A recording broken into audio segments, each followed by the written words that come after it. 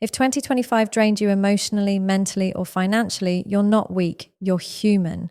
The truth is, difficult years don't break people. They expose patterns, wounds, and unmet needs we've been ignoring. And once you understand why you fell apart, you gain the exact roadmap to rebuild yourself stronger, calmer, and far more self-aware than before. Most people believe that rising again after a difficult year requires motivation. They wait to feel inspired, energetic, or hopeful before taking action. This is one of the biggest psychological misunderstandings. Motivation is unstable because it depends on mood, circumstances, and external validation. When life has already exhausted you, waiting for motivation keeps you stuck. Emotional resilience, on the other hand, does not require you to feel good. It allows you to function even when you feel drained, uncertain, or emotionally heavy. Emotional resilience is the ability to stay regulated under pressure. When someone goes through prolonged stress, disappointment, or loss, the nervous system becomes dysregulated. This shows up as overthinking, emotional numbness, irritability, anxiety, or shutdown. In this state, forcing motivation only creates more self-criticism. Resilient people do not push themselves aggressively. They stabilize themselves first. They focus on calming the body before fixing the future. This is why many people fail after a hard year despite having goals.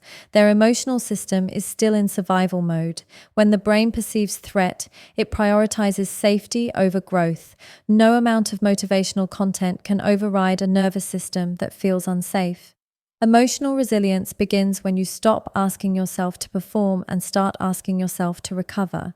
Regulation always comes before ambition. Another key part of resilience is emotional honesty. Many people suppress how deeply affected they were by the year they survived. They minimize their pain and expect themselves to move on. Suppressed emotions don't disappear. They resurface as burnout, self-sabotage, or detachment. Emotional resilience means acknowledging exhaustion without judgment. It means allowing disappointment to exist without turning it into self-blame.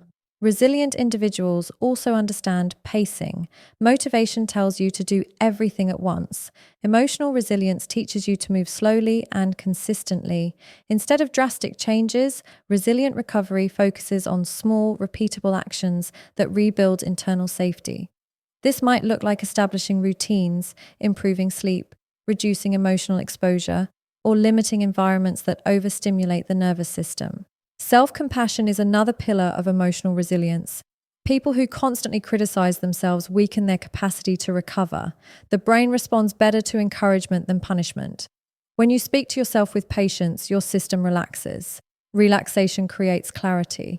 Clarity leads to better decisions. This is how progress actually happens after emotional hardship.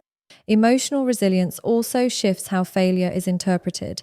Instead of seeing setbacks as proof of inadequacy, resilient minds view them as feedback.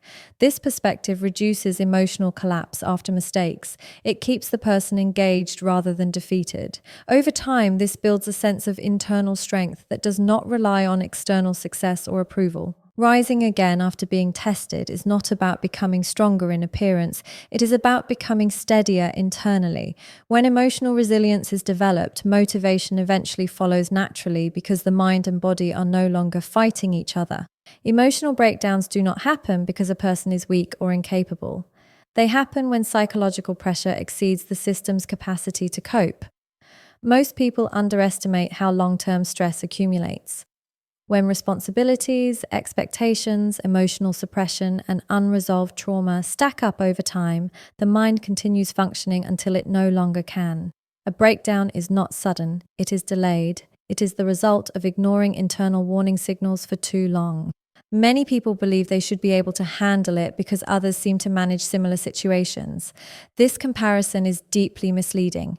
Each person's nervous system has a different threshold based on past experiences, emotional support, and coping skills. When someone pushes themselves beyond that threshold repeatedly, the system eventually forces a stop.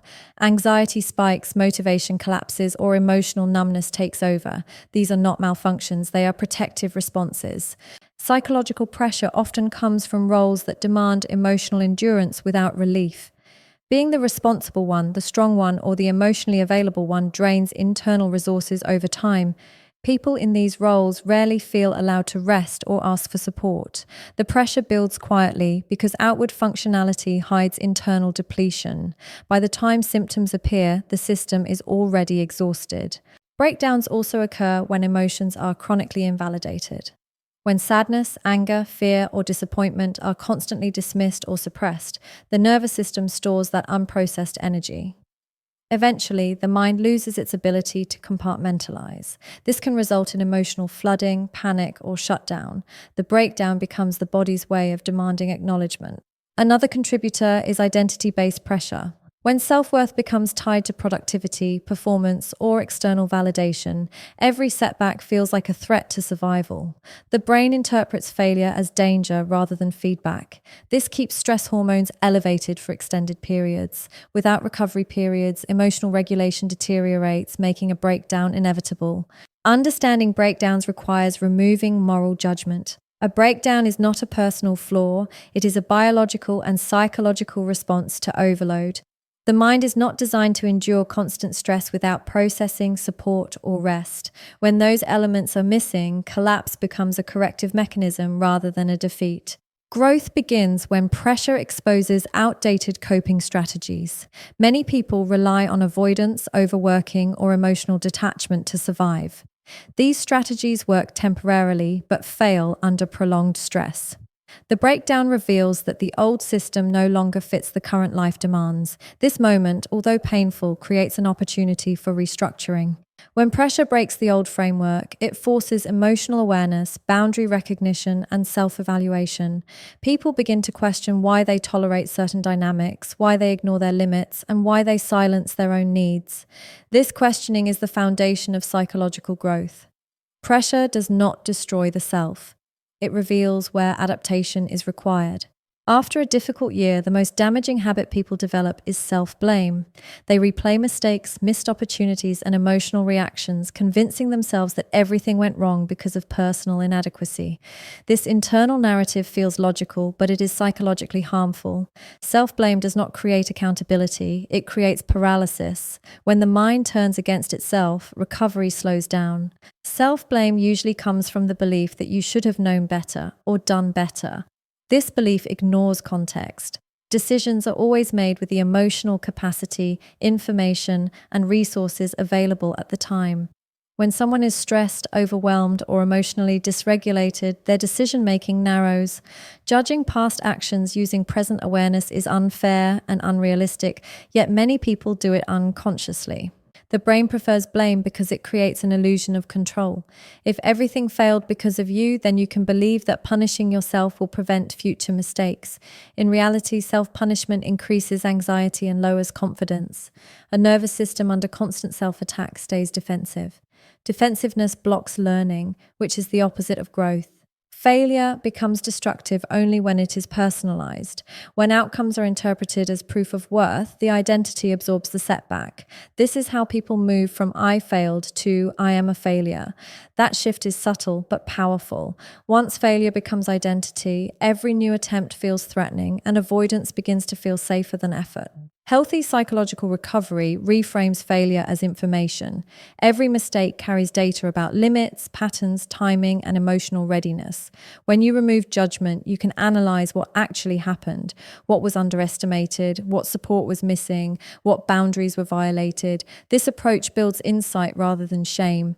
Letting go of self-blame does not mean denying responsibility. It means replacing punishment with curiosity. Accountability asks, what can I adjust? While self-blame asks, what is wrong with me? One leads to solutions, the other leads to self-rejection. The nervous system responds differently to each question. Many people hold on to self-blame because they believe it proves self-awareness. In reality, excessive self-criticism often masks fear of repeating pain. The mind tries to stay hypervigilant by constantly revisiting the past. This keeps emotional wounds active instead of healed. True awareness is calm, not harsh. Another overlooked aspect of self-blame is emotional exhaustion. When someone is depleted, they lack the energy to process complexity. Blame simplifies everything into one cause, the self. Letting go of self-blame requires emotional rest. As the system stabilizes, perspective naturally widens. When failure is treated as data, confidence rebuilds differently. It is no longer based on perfection, but on adaptability. People begin to trust that even if something goes wrong again, they will understand it better, respond sooner, and recover faster. This kind of confidence is quiet and internal. It does not rely on outcomes or validation. It allows movement forward without fear dominating every decision. Disappointment has a direct impact on self-trust. When plans fail, people break promises to themselves, or outcomes don't match effort, the internal relationship weakens. Many individuals interpret this as a loss of confidence, but the deeper issue is mistrust in their own judgment. They begin to question their decisions, instincts, and emotional responses. This internal doubt makes moving forward feel unsafe.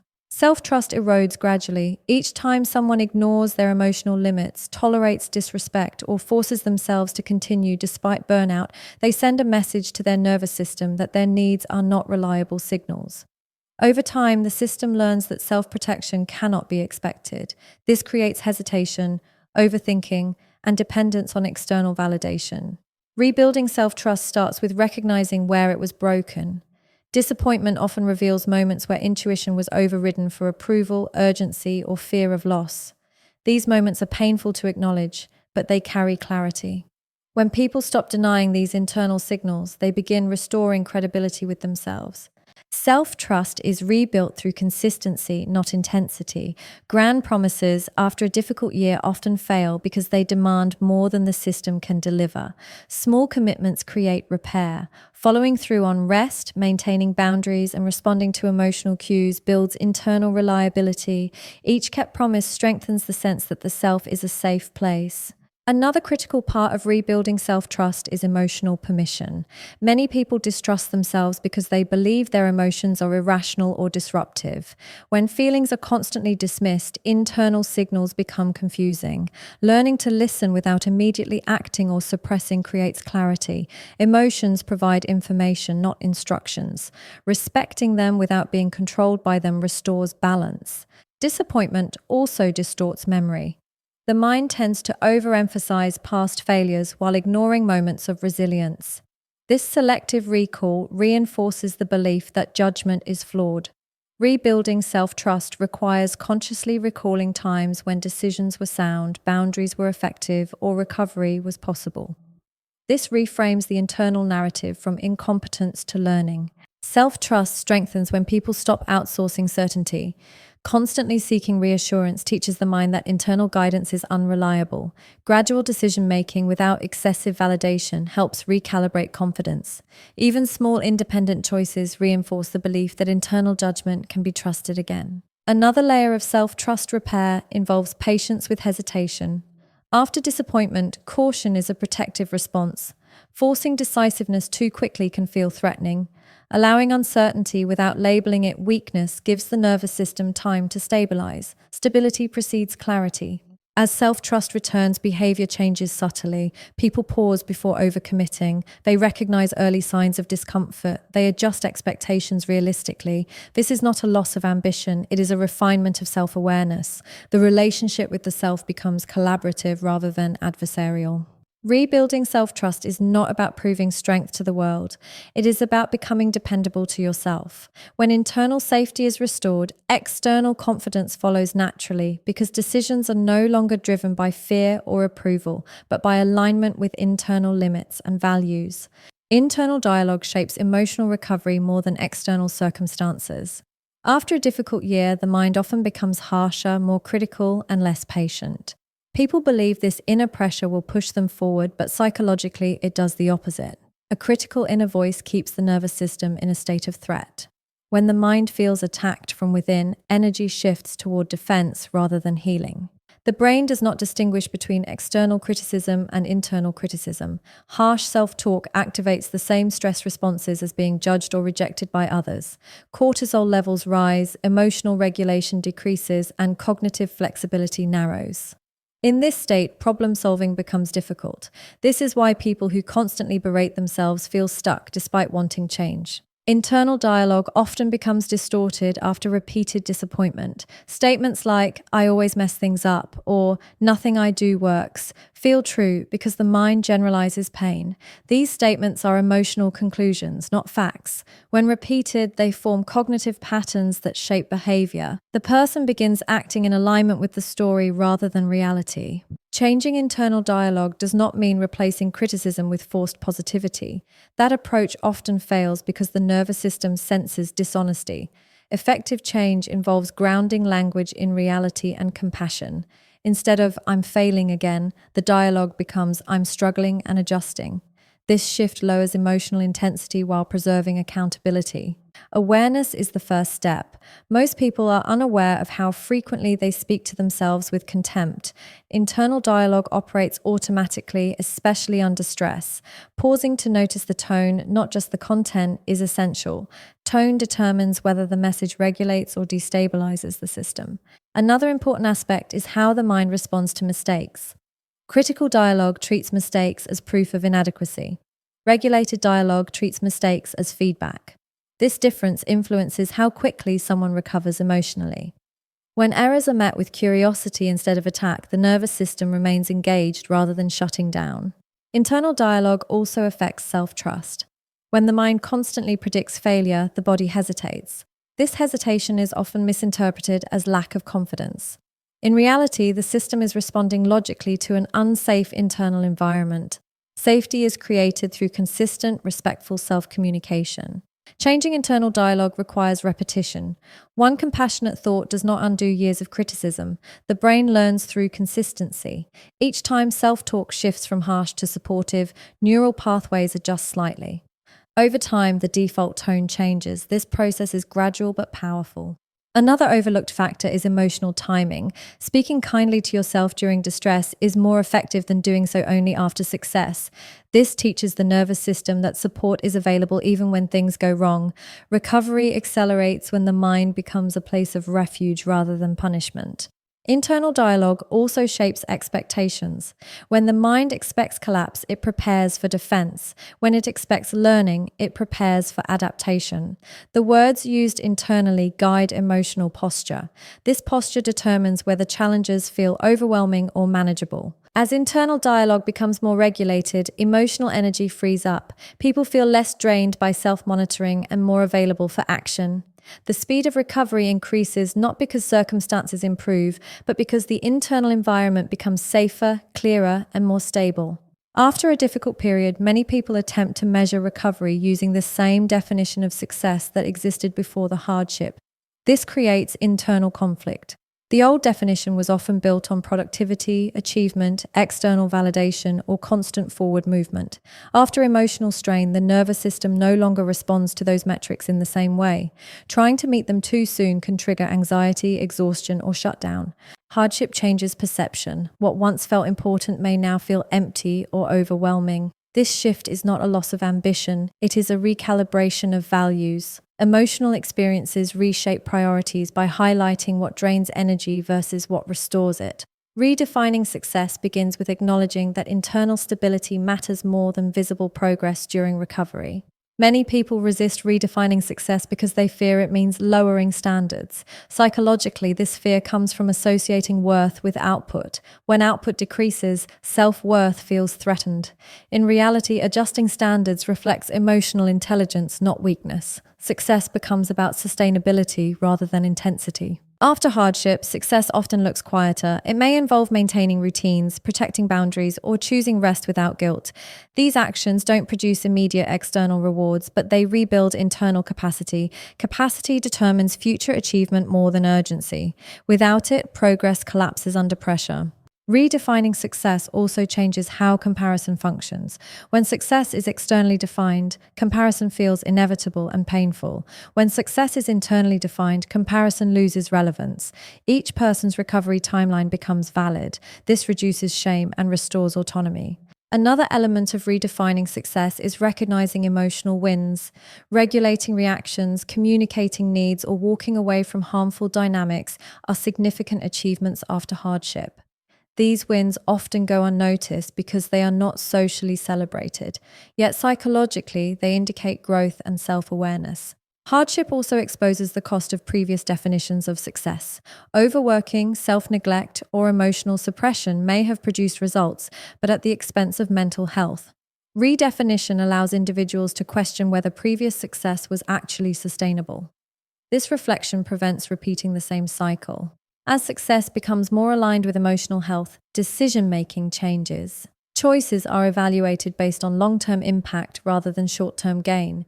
This shift reduces impulsivity and burnout. It creates a steadier trajectory rather than sharp rises and crashes. Redefining success does not eliminate ambition, it refines it. Goals become more intentional, timelines more flexible, and expectations more realistic. This creates consistency rather than fluctuation. Consistency builds confidence slowly but reliably. The process also restores agency. When success is self-defined, individuals regain control over their narrative. They no longer feel pressured to prove recovery through visible achievements. Healing becomes legitimate without performance. Over time, this new definition shapes identity. The person no longer sees themselves as someone who must constantly push to be worthy. They begin to view themselves as someone who can grow without self-betrayal. This internal shift is what allows a wiser version of the self to emerge, grounded in self-awareness, emotional regulation, and sustainable strength.